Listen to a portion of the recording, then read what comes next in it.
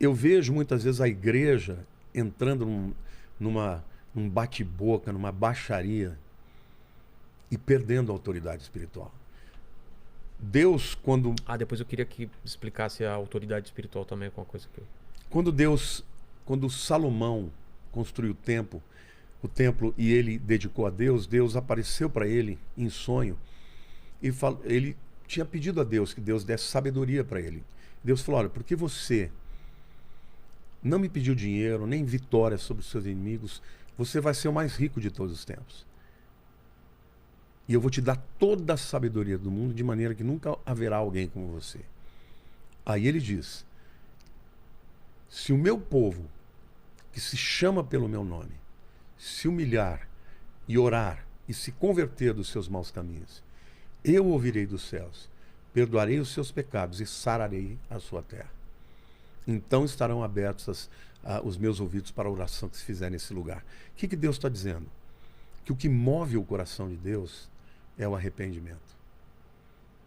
É quando eu chego para Deus e falo: Deus, eu sou macaco, eu errei de novo, eu não consegui.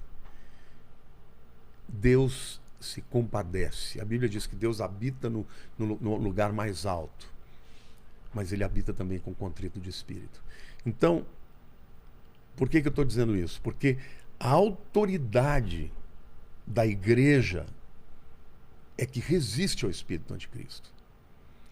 Se nós, como povo de Deus, buscarmos a Deus e nos arrependermos, o resultado disso é que Deus vai sarar a terra. E sarar a terra significa que Ele não vai deixar que o inimigo cirande aqui e faça o que ele quer. Por isso que eu decidi que eu não vou entrar em bate-boca com ninguém. Eu vou orar a Deus e vou clamar a Deus para que Deus possa escolher o melhor para o Brasil. Sem entrar direita, esquerda. Direita, esquerda. Até porque, cara, Deus está acima disso. Deus está acima disso. A igreja que mudou a história da humanidade, uma igreja perseguida que começou sem gente poderosa, começou com poucos e foi se multiplicando. Eles eram mortos e muitos iam rindo e louvando porque eles sabiam em quem eles criam. Essa foi a igreja que dominou, que tomou o Império Romano. Não foi por política, foi por poder de Deus e autoridade. Então, o que eu penso, a igreja, não estou dizendo aqui que a igreja não tem que se posicionar, claro que tem. Acho que todo cidadão ele tem que se posicionar. Mas você não pode estar acima Mas, cara, eu não posso olhar para uma né? pessoa que pensa diferente de mim e bater boca com ele e ofendê-lo. Deus falou comigo: você acha que eu não tenho gente na direita, no centro, na esquerda? Eu tenho todos. Se você não parecer com Jesus, se você não amar como Jesus amou, você não vai alcançar aquela pessoa. Então, para mim, o meu chamado de Jesus é maior do que qualquer outra coisa. Então, eu digo na minha igreja: você quer saber em quem eu voto? Vem perguntar. Agora, eu não vou. Meu púlpito é para exaltar Jesus, eu vou falar de Cristo. Perfeito. Entendeu? Então, é isso que eu penso. A batalha espiritual, ela está acontecendo. Mas ela acontece desde que Lúcifer caiu. Desde. E a gente está numa batalha sendo perdida, ela é ganha. Como que a gente está nessa batalha? A igreja é vitoriosa. Então, mas A como Bíblia uma diz guerra. o quê? Imagina que é uma guerra que está acontecendo. São várias batalhas acontecendo e uma a gente ganha, outra os bonzinhos ganham, outros os vilões ganham. Como que funciona isso?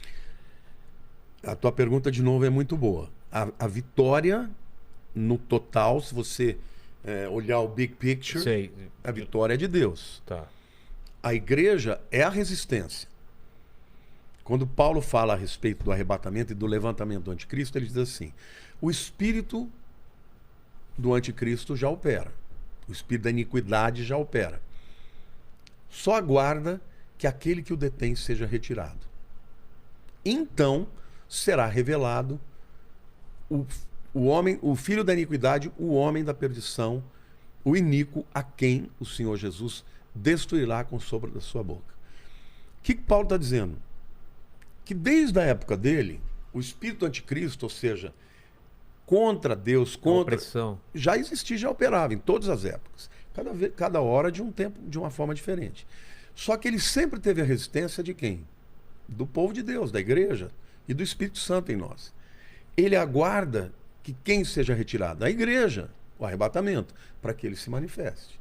Então, Satanás tem algumas vitórias pontuais aqui e acolá, mas, cara, em todo tempo Deus levanta um povo e esse povo quebra a barreira, fura a bolha e vai e alcança as pessoas e as pessoas são E transformadas. aí vem o contra-ataque maior, e aí vem o... E a gente, olha, esses... se você pegar a história, por exemplo, das nações cristãs evangélicas, teve até um livro escrito por Max Weber, que é o protestantismo e o capitalismo e o espírito do protestantismo. E ele fez uma análise sociológica para tentar explicar por que as nações protestantes são mais ricas do que as católicas. E ele chegou à conclusão, ele olhou historicamente e disse, olha, durante o período feudal, né, os feudos eram praticamente propriedades pequenas, onde tinha um rei ali, mas ele mandava ali, naquele povo ali. Protegia, mandava... Protegia e tal. Ali começou a surgir a chamada burguesia. Quem eram os burgueses? Eram os artesãos, faziam sapatos, faziam roupa, faziam armas. E eles começaram a negociar com os outros feudos. A Igreja Católica sempre teve aliada a quem? A monarquia. Então, quando a monarquia era forte, a Igreja Católica era quem ungia o rei. Então, eles tinham uma relação muito umbilical.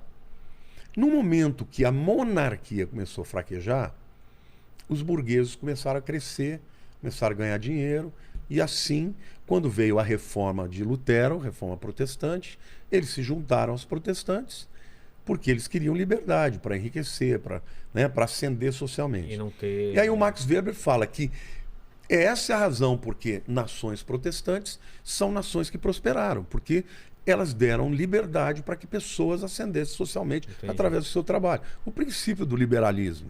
Entendi. Tá? Esse é um ponto. Nós que somos cristãos e que olhamos o que está por detrás, nós cremos que prosperaram porque seguiram a palavra de Deus e foram abençoados.